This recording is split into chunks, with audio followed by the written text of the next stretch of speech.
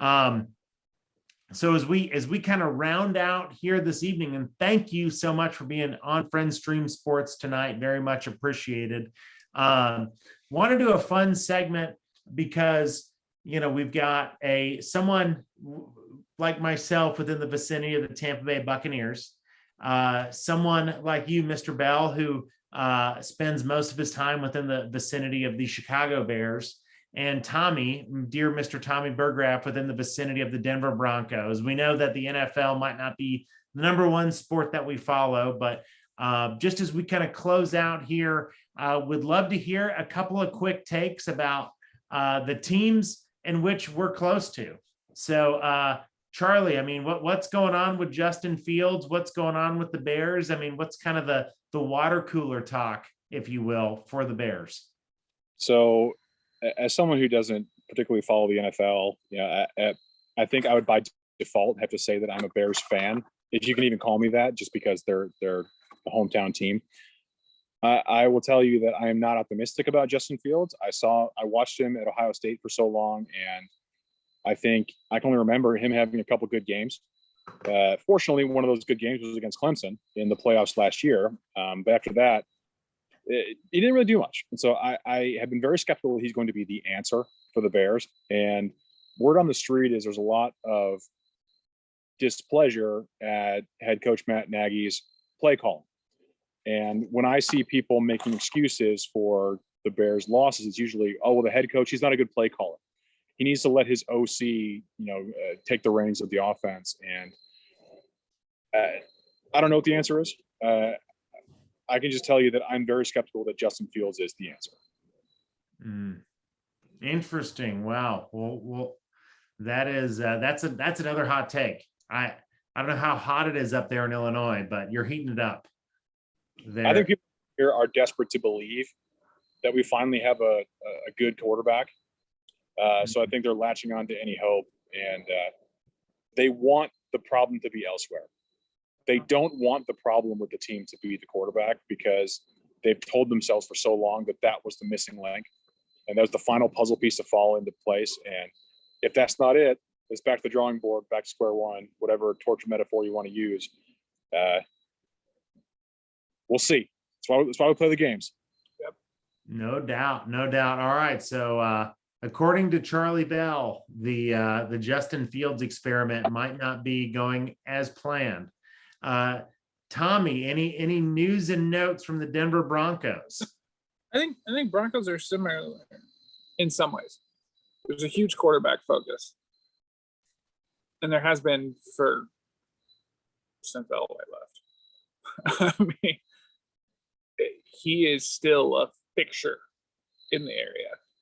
Like, restaurants named after him, car dealerships, his role within the team as an executive vice president.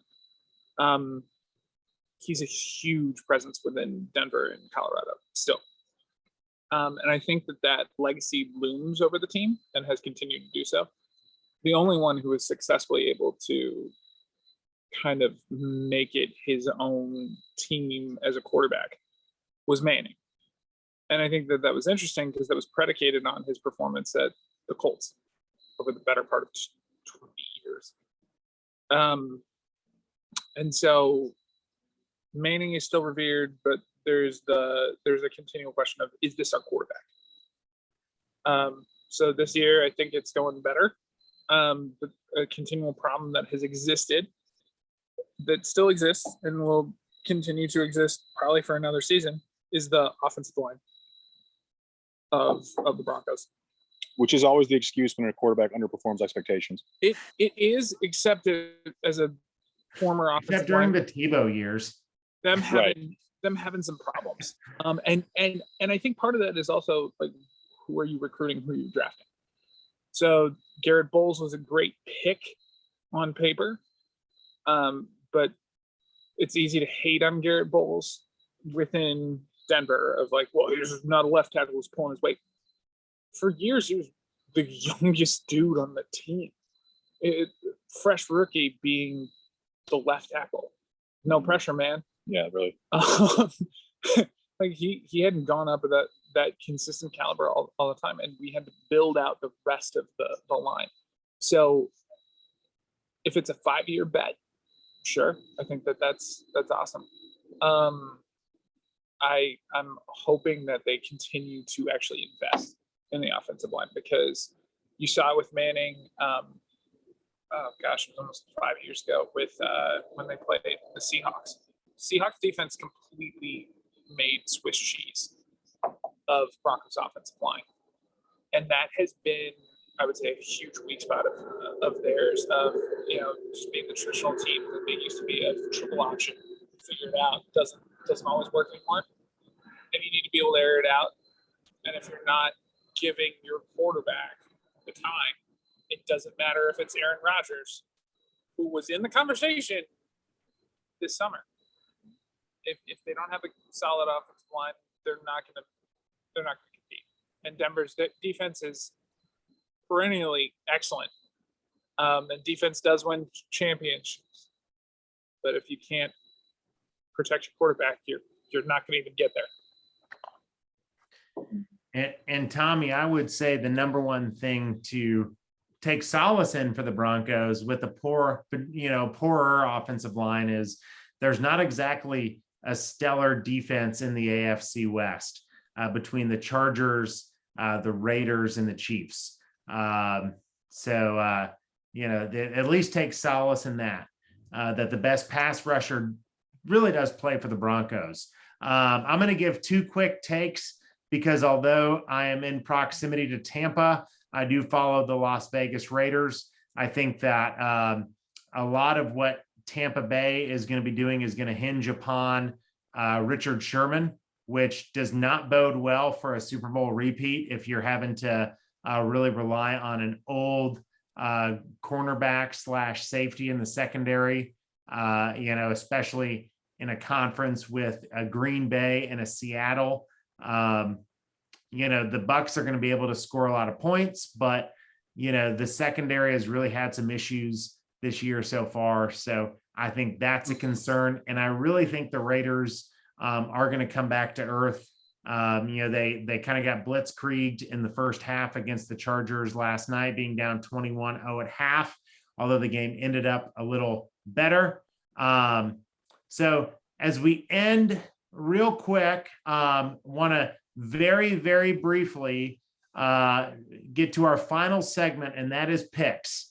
And what we're going to do is we've got a few college football games, and we'll just go round robin real quick. I'm going to throw the ranking and the team, and you're going to tell me who you pick. Does that sound good? Sounds great. Awesome. All right. So first off, we have number 6 Oklahoma versus number 21 Texas. Who are we picking? I'm picking Texas. I'm rooting for Oklahoma, but I think Texas is going to do it. Ooh. There's a part of me that but I'm going to go with Oklahoma. So Texas, OU, and I'm going to pick OU. I think that they're going to pull out there. Next up, number 2 Georgia versus number 18 Auburn. I've watched Auburn barely limp across the finish line against some of these inferior opponents. I'm going Georgia all the way. Yep. Another team of Auburn's? Sure. Yeah, not this year. Yeah, I think Georgia might win by 100. I don't think Auburn's really all that good. I think statistically it is not off the table. Yeah. And then finally here, probably the big game, number 4 Penn State at number 3 Iowa. That could go either way. I am going to pick Iowa. I think that their defense has proven capable of shutting down Penn State's pretty reliable run game, including their mobile quarterback. And I really think that if Iowa takes that away, Penn State is not good enough to pass the ball to win. All right, Bell's going Iowa. What are you going, Burgraff? I agree with Charlie and you. And I also want Iowa to win. Mm-hmm. I do too. I just think it would be good for their program and for college football in general. I'm going to be the contrarian here, and as we're all hanging out this weekend, you might laugh at me. I think Penn State is going to win. I think Iowa is usually overrated. I think both teams actually are usually overrated. But Iowa just they got to prove it to me. Maybe it's because Penn State has kind of won more traditionally that I'm kind of leaning more Penn State, but I mean, it'll be rocking for sure. But I think Penn State is going to have just a little bit more juice about them to finish that off. But well, Tommy and Charlie, thank you so much for co-hosting tonight. Very much appreciate it. And we hope you have a great night. Any parting words for our viewers and fans and podcast listeners out there? No, None. I think we covered everything I wanted to touch on today. Good. And you've touched me. So Spiritually. Yeah, I don't want to get an Urban Meyer situation going on and be on the news tomorrow. Gotta appreciate the grind. Yeah. You never know. All 6 of our podcast listeners might turn you in. Well, anyhow, very much appreciated. Thank you so much. And we sign off in Friends Stream Sports the way that we sign back on. So I'm Connor. I'm Charlie. I'm Tommy. And this is Friends Stream Sports. Thank you so much for being here tonight.